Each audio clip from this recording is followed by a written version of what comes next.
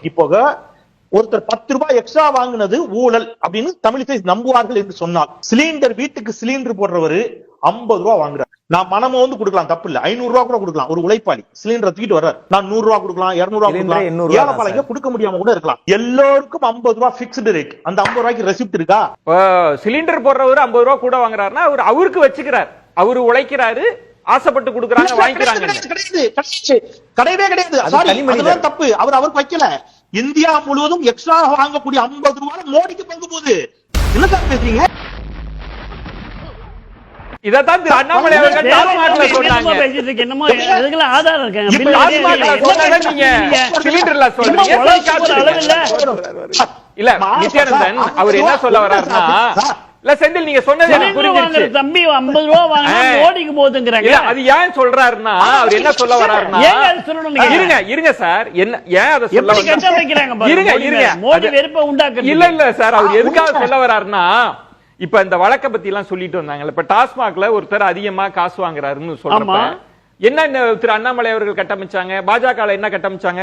இந்த பணம் எல்லாம் செந்தில் பாலாஜி அவர்களுக்கு போகுது, இந்த பணம் எல்லாம் முதல்வருக்கு போகுதுன்னு சொன்னீங்கல்ல. அது நான் வந்து ரொம்ப பணிவோட சொல்றேன், அதே சமயத்துல தன்னம்பிக்கையோட சொல்றேன். இந்த இஷ்யூல முதல்ல இந்த விஷயத்தை வெளிக்கொண்டு வந்தது நான் தான். 34 எஃப்ஐஆர்கள் அதிமுக ஆட்சி காலத்தில் போடப்பட்டதுங்கிறத எஃப்ஐஆர் டீடைல்ஸோட எடுத்து பதிவு பண்ணியிருந்தேன். இப்ப ஒரு இடத்துல தவறு நடக்குது, அந்த தவறுக்கு சொந்தமான அதிகாரிகள் அல்லது அவர்களுக்கு மேலதிகாரிகள் எல்லாரும் கைது செய்யப்பட வேண்டும். அவர்கள் அத்தனை பேரும் இதற்கு பொறுப்புனா நான் இப்படி சொல்றேன். ஒன்றிய அரசு இரட்டை இலை சின்னத்தை பெறுவதற்கு லஞ்சம் கொடுக்க முயன்றார் அப்படின்னு டிடி தினகரன் மீது ஒரு வழக்கு பதிவு செஞ்சிருக்கு. இப்ப டிடி தினகரன் யாருக்கு லஞ்சம் கொடுக்க முயன்றார்? தேர்தல் ஆணைய அதிகாரிகளுக்கு. இப்ப தேர்தல் ஆணையத்தினுடைய அதிகாரிகளை நியமிப்பது யார்? அதுல பிரதமருக்கு சம்பந்தமே இல்லையா?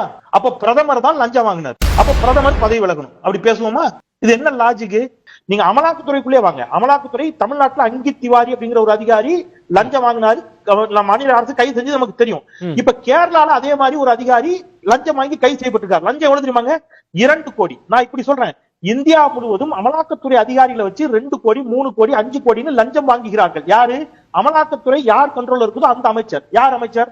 நிர்மலா சீதாராமன். இப்ப நிர்மலா சீதாராமன் விசாரிக்கணும். நிர்மலா சீதாராமன் குற்றவாளி.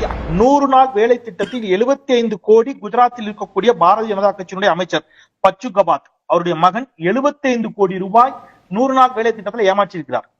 இந்த 100 நாள் வேலை திட்டத்துல ஒரு மாநிலத்துல ஒருத்தர் மட்டும் 75 கோடி ரூபாய்னா பாஜக ஆட்சி செய்யக்கூடிய மாநிலங்கள்ல எல்லாம் எவ்வளவு, இதில் மோடிக்கு எவ்வளவு பங்கு போயிருக்கும் என்பதெல்லாம் நீங்க யோசிக்க. ஆதாரம் இல்லாம சொல்லிட்டே இருக்கீங்க.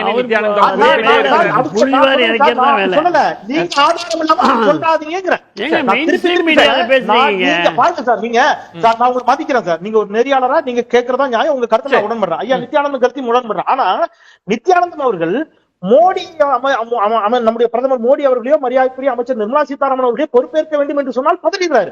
எடப்பாடி பழனிசாமி யாரும் பொறுப்பேற்க சொல்லுங்க, இந்த 34 வழக்குன்னா வேண்டாங்கிறாரு. ஸ்டாலின் மட்டும் பொறுப்பேற்றுக்கிட்டே இருக்கணும்னு சொன்னா இது நியாயமானு மட்டும் சொல்லு. இது நம்ம லிஸ்ட்லயே இல்லையே. அடேங்கப்பா.